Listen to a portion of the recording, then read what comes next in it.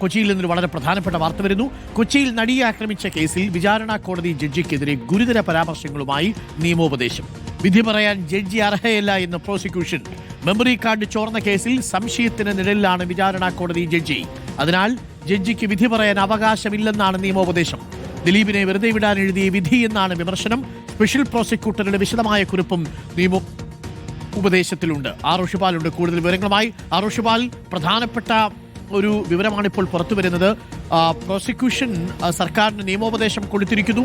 Special പ്രോസിക്യൂട്ടറുടെ കുറിപ്പോടുകൂടി, അതായത് നടി ആക്രമിക്കപ്പെട്ട കേസിൽ വിധി പറഞ്ഞ ജഡ്ജി വിധി പറയാൻ യോഗ്യയല്ല എന്നുള്ള കടുത്ത വിമർശനമാണോ ഇപ്പോൾ പ്രോസിക്യൂഷന്റെ ഈ റിപ്പോർട്ടിലുള്ളത്, നിയമോപദേശത്തിലുള്ളത്? Rishipal. Arunkumar, director general of prosecution നൽകിയ നിയമോപദേശത്തിലാണ് ഗുരുതരമായ പരാമർശങ്ങളുള്ളത്. ഈ കേസിൽ അപ്പീൽ പോകുന്നതിന് വേണ്ടിയുള്ള നിയമോപദേശമാണ്. ആ നിയമോപദേശത്തിൽ പ്രധാനമായും ചൂണ്ടിക്കാട്ടുന്നത് ഈ പീഡന ദൃശ്യങ്ങൾ ഉൾപ്പെടുന്ന മെമ്മറി കാർഡ് അത് നിയമവിരുദ്ധമായി പരിശോധിച്ച കാര്യത്തിൽ വിചാരണ കോടതി ജഡ്ജ് സംശയമുനയിലാണ്.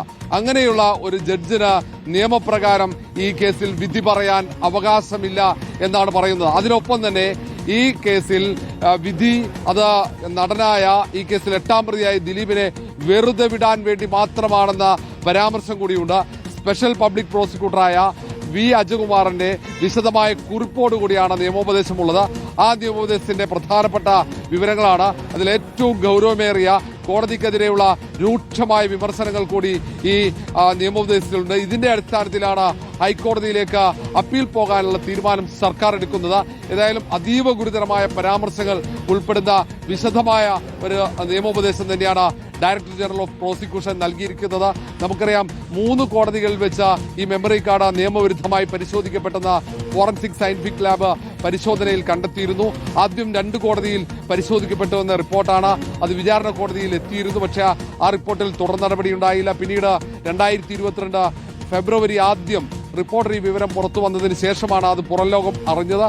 പിന്നീട് അതിജീവിത ഹൈക്കോടതിയെ സമീപിച്ച് അതിൽ വസ്തുതാ പരിശോധന നടന്നു. ആ വസ്തുതാ പരിശോധനയിൽ 3 കോടതികളിലും ഈ മെമ്മറി കാർഡ് നിയമവിരുദ്ധമായി പരിശോധിക്കപ്പെട്ടു. 2 കോടതികളിൽ രാത്രിയാണ് ആ മെമ്മറി കാർഡ് കോടതി കസ്റ്റഡിയിലിരിക്കെ പരിശോധിക്കപ്പെട്ടതെന്ന് കണ്ടെത്തിയിരുന്നു. പക്ഷെ അതിൽ ഇപ്പോഴും ഒരു പോലീസ് അന്വേഷണം നടന്നിട്ടില്ല. പോലീസ് അന്വേഷണം ആവശ്യപ്പെട്ട് ഹൈക്കോടതിയെ സമീപിക്കാൻ അതിജീവിത തയ്യാറെടുക്കുകയാണ്. അതിനിടയിലാണ് ഈ സർക്കാരിന് പ്രോസിക്യൂഷൻ നൽകിയ ഡയറക്ടർ ജനറൽ ഓഫ് പ്രോസിക്യൂഷൻ നൽകിയ നിയമോപദേശത്തിലെ ഗുരുതരമായ പരാമർശങ്ങൾ പുറത്തുവരുന്നത്. അരുൺകുമാർ. Thank you. റോഷിയാണ് വിവരങ്ങൾ നൽകിയത്. വളരെ പ്രധാനപ്പെട്ട ചില വിവരമാണത്. പ്രിയപ്പെട്ട പ്രേക്ഷകരെ, നടി ആക്രമിക്കപ്പെട്ട കേസിൽ വിധി പറഞ്ഞ ജഡ്ജിക്ക് അതിനുള്ള യോഗ്യതയില്ല. ദിലീപിനെ വെറുതെ വിടാൻ വേണ്ടിയിട്ട് എഴുതിയ വിധി എന്നുള്ളതാണ് ഇപ്പോൾ സർക്കാരിന് കിട്ടിയിരിക്കുന്ന നിയമോപദേശം. അതിന്റെ അടിസ്ഥാനത്തിൽ തീർച്ചയായിട്ടും പ്രേക്ഷകർക്ക് അറിയാവുന്നതുപോലെ അപ്പീൽ പോകും സർക്കാർ എന്ന് നേരത്തെ തന്നെ തീരുമാനിച്ചിട്ടുള്ളതാണ്.